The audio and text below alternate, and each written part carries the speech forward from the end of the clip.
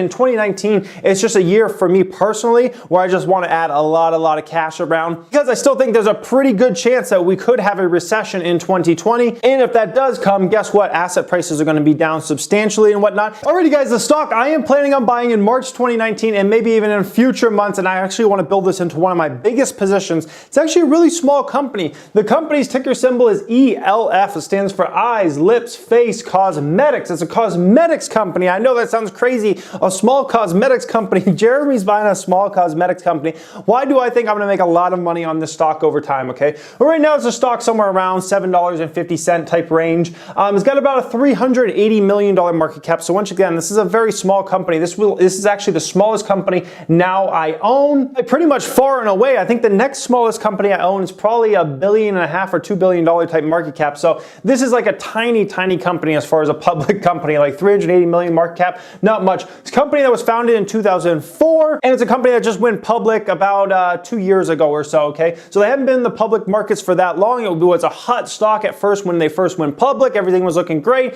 and now it's a stock that is down. I mean, it was all the way up to it was like over $25 shortly after it went public, and now it's like a $7.50 stock that I think is severely undervalued, and I think it's going to grow a lot in the future. But it's not an old brand. It's not an old brand, not an old makeup brand, and it's certainly not like a brand new brand or something like that. It's kind of in that mid-tier, okay? They're a small brand, but they have big potential. This brand has a lot of potential in my opinion, not just because of their great packaging, not just because they obviously haven't been around for that long, but I see a lot of US growth, United States growth for this company over time, okay? And for two reasons. The first is I think they're going to get a lot more shelf space from their current retailers in the future. So right now you look at somewhere like a Target store. At a Target store, e.l.f. gets around 10 feet or so of basically space to put all their makeup products, plus sometimes they get end caps, all right? And then if we look at somewhere like Walmart, they only get about 4 feet of retail space for actually their makeup, okay? And this is a very affordable brand, and if it sells great in Target, and Target's willing to give them 10 plus feet of space,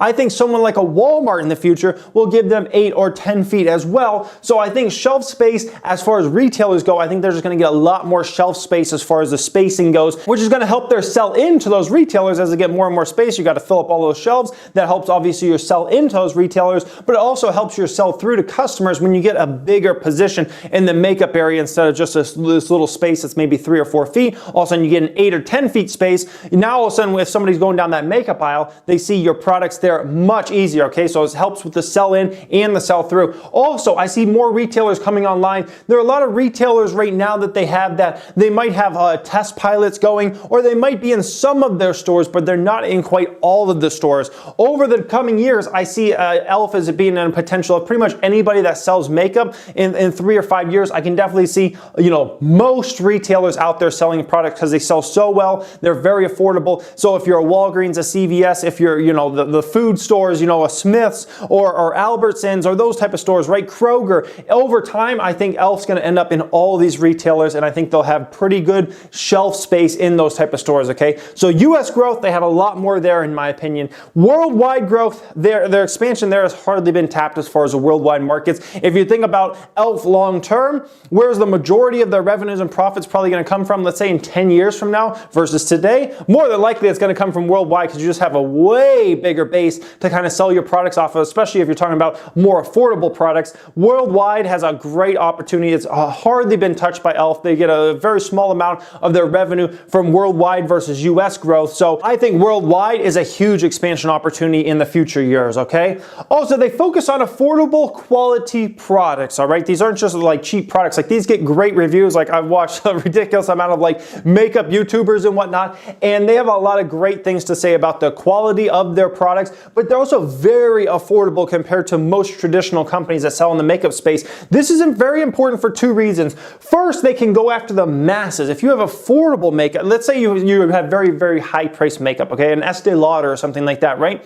You're going after a very niche market there because maybe only 5 to 10% of people can actually afford something like that. Then you're also competing against everybody else, and maybe those 5 to 10% of the population, maybe they don't even want to buy your products, they buy somewhere else, or they don't buy them in general, right? When you have affordable products, you're basically having the potential to sell into 100% of the market because basically everybody can afford that product, okay? That's the first reason. Reason number two is this is a great company, in my opinion, in the next recession. Whenever we have the next recession down the road, right? People don't stop wearing makeup in a recession. But guess what does happen? A lot of people start trading down. So if somebody was paying, I don't know, $50 for some concealer or primer or whatever, right, in the past when economic times were good and they had a great job and things like that, right? All of a sudden a recession happens, they lose that job. They don't stop wearing makeup. They just switch to something much more affordable. And guess whose products are known for affordable and good quality? Elf's products are known for affordable and good quality, okay? So I think that's a very, very good thing, and that's another huge reason why I'm bullish on this company, and I think I'm gonna do great long term, is even in the next recession, I don't think this company's gonna be hurt. Not only do I not think they're gonna be hurt, I think they're gonna be helped in a massive way the next time we have a recession, okay? Currently, this company's paying 10% tariffs, and obviously that hurts profitability in a major way. They've raised some of their prices, but if the trade deal comes, those 10% tariffs come off, Elf's not going to magically go and lower all their prices. They're going to stay the same prices, okay? But guess what? All of a sudden they don't have to pay that 10% tariff, and that money's going to go straight down the net income. And so all of a sudden the company gets a lot more profitable if and when these tariffs get taken off, which we've heard, a lot of talk that a trade deal could be coming sometime soon within the next month or two. If that happens, that's a great thing for Elf Cosmetics, okay? A great, great thing. Another reason why I'm super excited about this investment, because that money is going to go to that bottom line if those tariffs end up getting taken off, which they probably will next time a trade deal comes. The CEO and shareholders definitely align. The CEO is a big shareholder of the company. His benefits package is very tied now in this point in time. His benefits package is very tied to how the stock price does over the coming years. And he's got some very out there type target prices he's going to have to hit if he wants to get big, huge bonuses, okay? So the CEO's compensation for the most part is going to be tied toward getting the stock up substantially in years, getting this business turnaround, and getting the stock back to a $20 stock again, or a $25 stock, or maybe into the 30 range or something like that, right? So I love when a CEO's compensation package basically aligns with the shareholders. Like, I'm all for that, okay? And just the way he was talking on the conference call, like, he's very aligned with the shareholders in my personal opinion, okay? But also, they're very focused on small creators for their marketing, which I think is a very big thing, whether it be YouTube, smaller like makeup channels and things like that, or whether it be on Instagram. A lot of these people might not necessarily have millions and millions of followers or something, but a lot of these people have thousands of followers or tens of thousands of followers or maybe a couple 100,000 followers and people that follow them very closely. And if these people are talking about your products, guess what? And especially when they usually talk good about your products, because a lot of people actually like Elf's products. It's not like they're just, saying it's bad products or something like that. A lot of them absolutely love Elf's products and they love how affordable the products are. That's a great thing. So a lot of these creators, they put out these videos that get thousands of views or tens of thousands, or Instagram clips that do the same, right?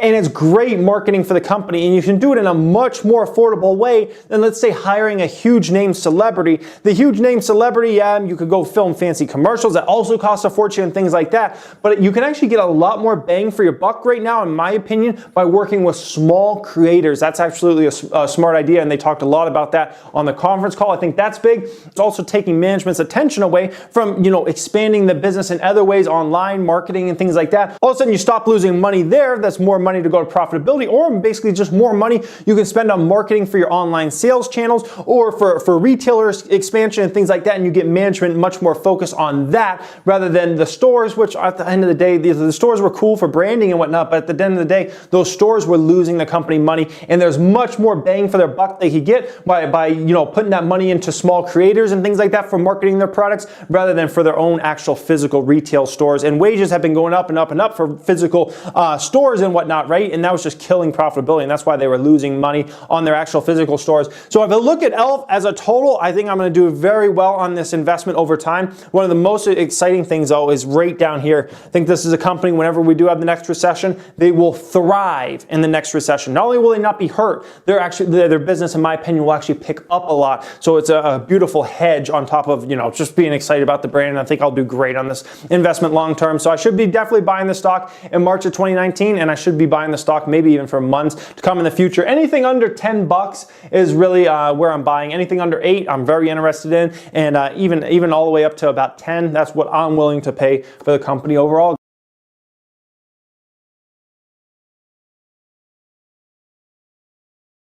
This is disgusting. That's the best way I could describe how great Elf is as a company. Look at the revenues. 267 million, 282 million, 318, 392, 578, over $1 billion. I mean, it doesn't get better than that. If you want to see the most beautiful income statement you ever seen in your life? Just look at that right there. Look at your screen and tell me that's not the most beautiful income statement in the history of mankind. Look at gross profit.